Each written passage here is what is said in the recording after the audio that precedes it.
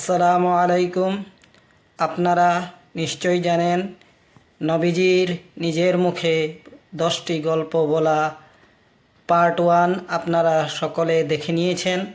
এখন আজ আমরা এর পরবর্তী অংশ পার্ট 2 নিশ্চয়ই শুনতে চলেছি। আপনারা আমার জন্য দোয়া করবেন, আমাকে সাপোর্ট করবেন। আলহামদুলিল্লাহ, এটাই আশা করি। একদিন একটি শিশু তার মায়ের কোলে দুধ পান করছিল। এমন সময় একজন লোক একটি দ্রুতগামী ও উন্নত মানের ঘোড়া বা উটে আরোহণ করে সেই স্থান অতিক্রম করছিল। লোকটির পোশাক পরিচ্ছদ খুবই সুন্দর এবং উন্নত মানের ছিল। শিশুটির মা লোকটিকে দেখে মহান আল্লাহ তাআলাকে উদ্দেশ্য করে বললেন, হে আমার আল্লাহ তাআলা, আমার এই সন্তানটিকে এই লোকের মতো উপযুক্ত করে দিন। শিশুটি দুধ পান করা বন্ধ করে ওই লোকটিকে দেখে বলল, হে আমার আল্লাহ তাআলা, আমাকে এই লোকের মতো করবেন না। এরপর সে আবার দুধ পান করতে শুরু করলো। এই ঘটনা বর্ণনা করতে গিয়ে নবী করিম সাল্লাল্লাহু আলাইহি সাল্লাম নিজের তর্জনী মুখে দিয়ে চুষছিলেন, যেন শিশুটির দুধ পান করার দৃশ্য তুলে ধরছেন। কিছুক্ষণ পর লোকেরা একজন দাসীকে মারধর করতে করতে বলছিল, তুমি একজন ব্যভিচারী এবং চোর। কিন্তু দাসীটি বারবার বলছিল, আমার জন্য আমার আল্লাহ তাআলাই যথেষ্ট এবং তিনি আমার সর্বোত্তম বিচারক।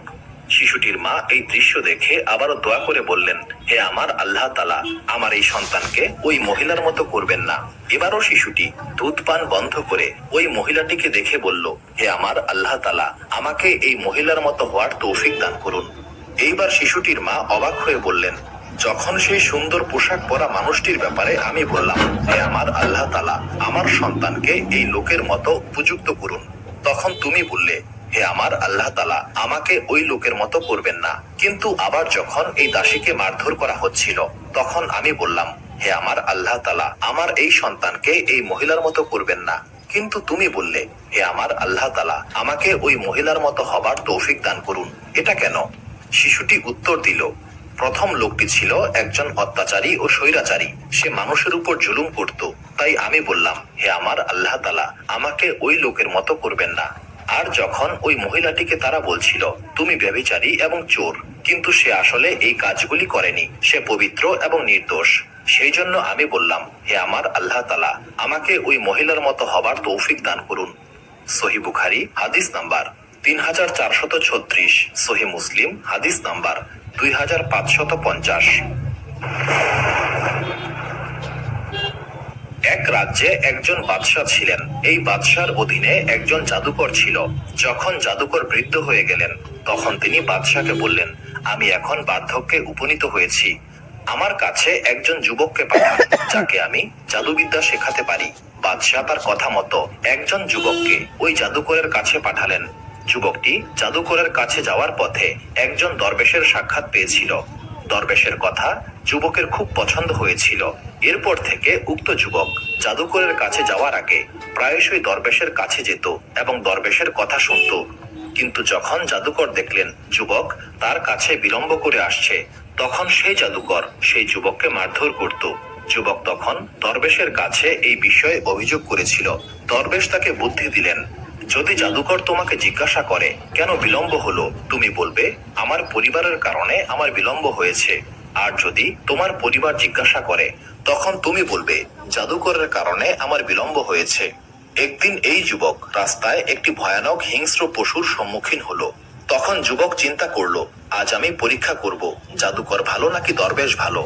তখন সে একটি পাথর হাতে নিয়ে বলল, হে আমার আল্লাহ তাআলা, যদি দরবেশ আপনার কাছে পছন্দনীয় ব্যক্তি হয়, তবে এই পাথরের আঘাতে পশুটিকে মেরে ফেলুন, যেন মানুষ নিরাপদে চলাচল করতে পারে। এটা বলে যুবকটি পাথর ছুঁড়ে মারলো এবং হিংস্র পশুটি মারা গেল। এই ঘটনার পর সে দরবেশের কাছে গিয়ে সমস্ত ঘটনা খুলে বলল। দরবেশ বললেন, তুমি খুব তাড়াতাড়ি একটি বড় পরীক্ষার সম্মুখীন হবে। যদি তুমি সেই পরীক্ষার সম্মুখীন হও, তবে আমার কথা কাউকে বলবে না। এরপর মহান আল্লাহ তাআলার ইচ্ছায় যুবকটি অলৌকিক ক্ষমতা লাভ করেছিল। সে অন্ধ এবং কুষ্ঠ রোগীকে সুস্থ করতে শুরু করলো। বাদশার একজন অন্ধ কর্মচারী এই খবর শুনে যুবকের কাছে উপস্থিত হয়ে বলল, যদি তুমি আমাকে সুস্থ করতে পারো, তবে আমি তোমাকে অনেক উপহার দেব। যুবকটি বলল, আমি কাউকে সুস্থ করতে পারি না, একমাত্র মহান আল্লাহ তাআলাই সুস্থ করতে পারেন। যদি তুমি মহান আল্লাহ তাআলার ঈমান কবুল করো তবে আমি মহান আল্লাহ তাআলার কাছে দোয়া করব। কর্মচারী মহান আল্লাহ তাআলার উপর ঈমান কবুল করে নিল এবং আল্লাহ তাআলা তাকে সুস্থ করে দিলেন। এই ঘটনা বাদশাহ জানতে পেরে যুবককে ডেকে আনলেন এবং জিজ্ঞাসা করলেন, কে তোমাকে এই ক্ষমতা দিয়েছে? যুবক বলল, আমার রব মহান আল্লাহ তাআলা। বাদশাহ রাগান্বিত হয়ে বলল, আমি ছাড়া আর কোনো রব নাই। যুবক বলল, আমার এবং আপনার রব একজন, আর তিনি হচ্ছেন মহান আল্লাহ তাআলা। বাদশাহ এবার যুবকটিকে অত্যাচার করতে শুরু করলো। প্রচন্ড অত্যাচারের মুখে যুবক সেই দরবেশের কথা বলে দিল। বাদশাহ দরবেশকে বন্দী করার হুকুম দিলেন এবং দরবেশকে তার ধর্ম ত্যাগ করার আদেশ দিলেন। দরবেশ বাদশার এই হুকুম অমান্য করলো এবং এই অপরাধের কারণে দরবেশকে দ্বিখণ্ডিত করা হলো। বাদশার আদেশে যুবককে পাহাড়ের চূড়ায় নিয়ে বলা হলো, যদি তুমি তোমার ধর্ম ত্যাগ না করো তবে তোমাকে পাহাড় থেকে ফেলে দেওয়া হবে। যুবকটি দোয়া করে বলল, হে মহান আল্লাহ তাআলা, আপনার রহমতে আমাকে রক্ষা করুন। মহান আল্লাহ তাআলা যুবকের দোয়া কবুল করলেন। পাহাড় কেঁপে উঠল এবং যুবকের শত্রুরা পাহাড় থেকে পড়ে গেল। যুবক নিরাপদে বাদশার দরবারে হাজির হলো। এবার বাদশার আদেশে যুবককে নৌকার মাধ্যমে সমুদ্রে নিয়ে যাওয়া হলো এবং বলা হলো, যদি তোমার ধর্ম ত্যাগ না করো তবে তোমাকে সমুদ্রে ফেলে দেওয়া হবে। যুবক আবারও দোয়া করলো, হে মহান আল্লাহ তাআলা, আপনার ইচ্ছায় আমাকে রক্ষা করুন। নৌকাটি উল্টে গেল এবং যুবকের শত্রুরা ডুবে গেল। যুবক আবারও নিরাপদে বাদশার দরবারে ফিরে এলো। যুবক বাদশাকে বলল, আপনি আমাকে হত্যা করতে পারবেন না যতক্ষণ না পর্যন্ত আপনি আমার শর্ত মেনে চলবেন। বাদশাহ বললেন, কি তোমার শর্ত? যুবক বলল, আপনি লোকদের জমায়েত হতে বলুন, তারপর একটি কাঠের শুলিতে আমাকে চড়াবেন, তারপর একটি ধনুকে তীর লাগিয়ে বলবেন, এই বালকের রবের নামে, এরপর তীর ছুঁড়ে মারবেন। যদি আপনি এটা করতে পারেন তবে অবশ্যই আমাকে হত্যা করতে পারবেন। বাদশাহ যুবকের শর্ত মেনে তীর ছুড়ল এবং সেই তীর যুবকের কানে বিদ্ধ হলো। যুবক তীর বিদ্ধ স্থানে হাত রাখলেন এবং সঙ্গে সঙ্গে শাহাদাত বরণ করলেন। জমায়েতকৃত লোকেরা এই অলৌকিক ঘটনা দেখে বলল, আমরা এই যুবকের রবের উপর ঈমান কবুল করে নিচ্ছি। উক্ত বাদশাহ উপস্থিত লোকদের ঈমান কবুল করতে দেখে প্রচন্ড ক্রোধান্বিত হলো। সে রাস্তায় একটি গর্ত খুঁড়ে তাতে আগুন জ্বালিয়ে বলল, যারা ধর্ম ত্যাগ করবে না তাদেরকে এই আগুনে নিক্ষেপ করা হবে। অনেকেই ঈমান ত্যাগ করতে অস্বীকার করলো এবং আগুনে ঝাঁপ দিয়ে শাহাদাত বরণ করলো। শেষ পর্যন্ত একজন মহিলা তার শিশুকে নিয়ে আগুনের সামনে দাঁড়ালো। তখন শিশুটি তার মাকে বলল, আপনি নির্ভয়ে আগুনে ঝাঁপ দিন, আপনি সঠিক পথেই রয়েছেন। সুবহানাল্লাহ। সহিহ বুখারী হাদিস নাম্বার 3466, সহিহ মুসলিম হাদিস নাম্বার 3005। তিনজন লোক একসঙ্গে যাত্রা করছিলেন। হঠাৎ প্রচন্ড ঝড় বৃষ্টি শুরু হলো। অতঃপর তারা একটি পাহাড়ের গুহায় আশ্রয় নিয়েছিলেন।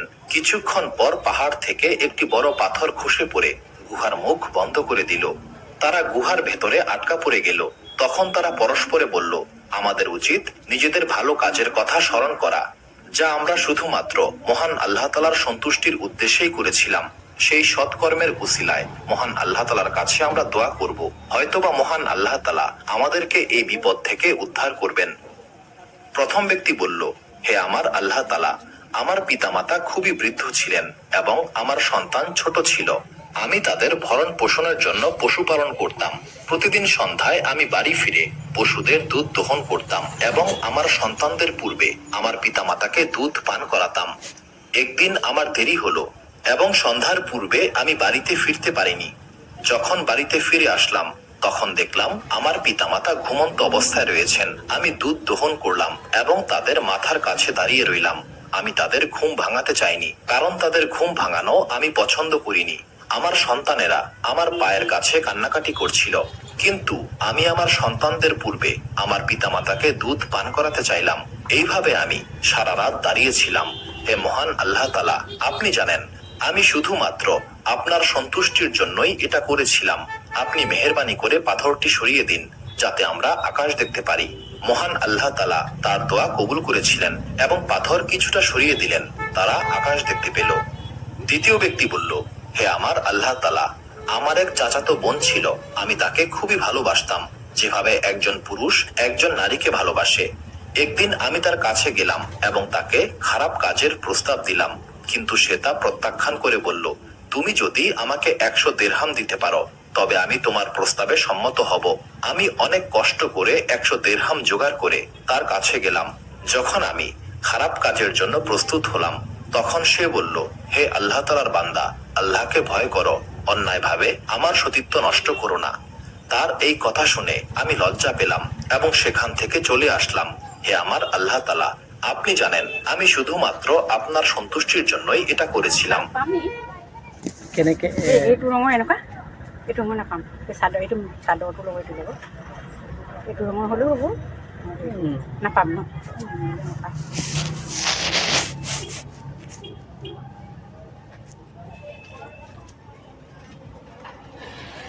আপনি এই পাথরটিকে সরিয়ে দিন।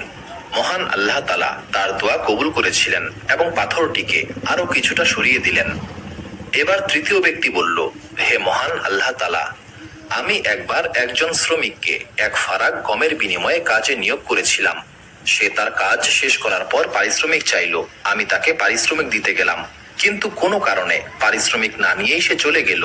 সেই গম দিয়ে আমি কৃষি কাজ করতে শুরু করলাম এবং এই কৃষিকাজের মাধ্যমে অনেক গরু ক্রয় করেছিলাম।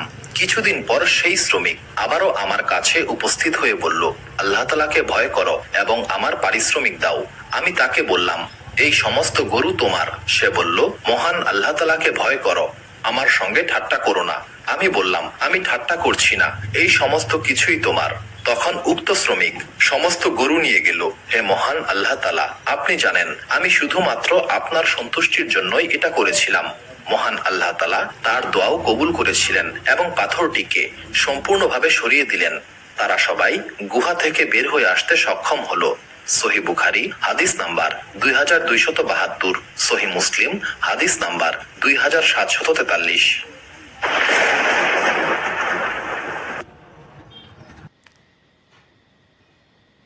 এখন আপনারা নিশ্চয় নবীজির মুখে, নিজের মুখে বলা 10টি গল্পের পার্ট 2 সম্পূর্ণ দেখে ও শুনে নিয়েছেন বলে আশা করলাম। অতি শীঘ্রই এই ভিডিওর পার্ট 3 নিয়ে আসার জন্য চেষ্টা করব। চেষ্টাই না করব না, নিয়ে আসব বলে প্রতিজ্ঞাবদ্ধ হলাম। আলহামদুলিল্লাহ। আসসালামু আলাইকুম। আমাকে সাপোর্ট করবেন এটাই আশা করি। আমার ইউটিউব চ্যানেলকে সাবস্ক্রাইব করে পাশে থাকা বেল আইকনটি টিপে আমার সঙ্গে থাকবেন এটাই আশা করলাম। আলহামদুলিল্লাহ। আসসালামু আলাইকুম ওয়া রাহমাতুল্লাহি ওয়া বারাকাতুহু। আলহামদুলিল্লাহ, আলহামদুলিল্লাহ। নিয়ামুল কুরআন ইউটিউব চ্যানেলের জন্য আজ আমরা এই গল্প শুনতে ও শিখতে পারলাম। আলহামদুলিল্লাহ। নিয়ামুল কুরআন ইউটিউব চ্যানেলের কর্তৃপক্ষকে আমি ধন্যবাদ জানাই। আর আলহামদুলিল্লাহ, আল্লাহর লাখ কোটি শুকরিয়া। আমার ইউটিউব চ্যানেলের ভিডিও দেখার জন্য আপনাদের সকলকে ধন্যবাদ জানাই। আলহামদুলিল্লাহ। Thanks for watching my YouTube channel video.